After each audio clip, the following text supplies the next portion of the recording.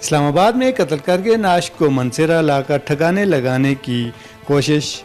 منصیرہ police نے ناکام بنا کر خاتون ملزمہ سمیت 3 ملزمان کو گرفتار کر لیا۔ منصیرہ پولیس کے مطابق منصیرہ تھانہ صدر کی حدود کوٹکے میں مقامی شہریوں نے ایک مشکوک گاڑی نمبر LOS 1904 کو دیکھ کر فوری طور پر پولیس کو اطلاع دی۔ پولیس موقع پر پہنچی تو گاڑی کی ڈگی سے ایک شخص کی لاش برآمد ہوئی۔ ابتدائی تفتیش کے دوران معلوم ہوا کہ یہ قتل اسلام آباد کے تھانہ کھنہ پول کی حدود میں کیا گیا تھا، جس کے بعد مقتول کی لاش کو چھپانے کی غرض سے منصیرہ لایا جا رہا تھا۔ DPO منصیرہ شفیع اللہ گنڈاپور نے واقعہ کا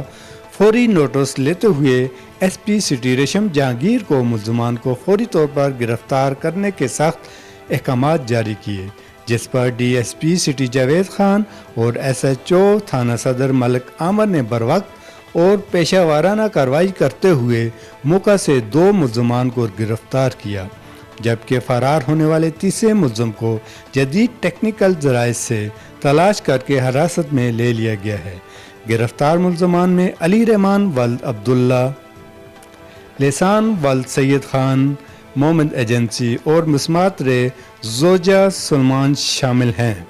مقتول کی شناخت سلمان ولد رفیق کے نام سے ہوئی ہے، جس کی گاڑی LOS 1904 میں ہی لاش چھپا کر لائی جا رہی تھی۔ پولیس کی جانب سے ملزمان کو مقتول کی لاش سمیت گرفتار کر کے تمام قانونی تقاضے مکمل کرنے کے بعد اسلام آباد پولیس کے حوالے کیا جائے گا، تاکہ مقدمے کی تفتیش متعلقہ تھانے میں مکمل کی جا سکے۔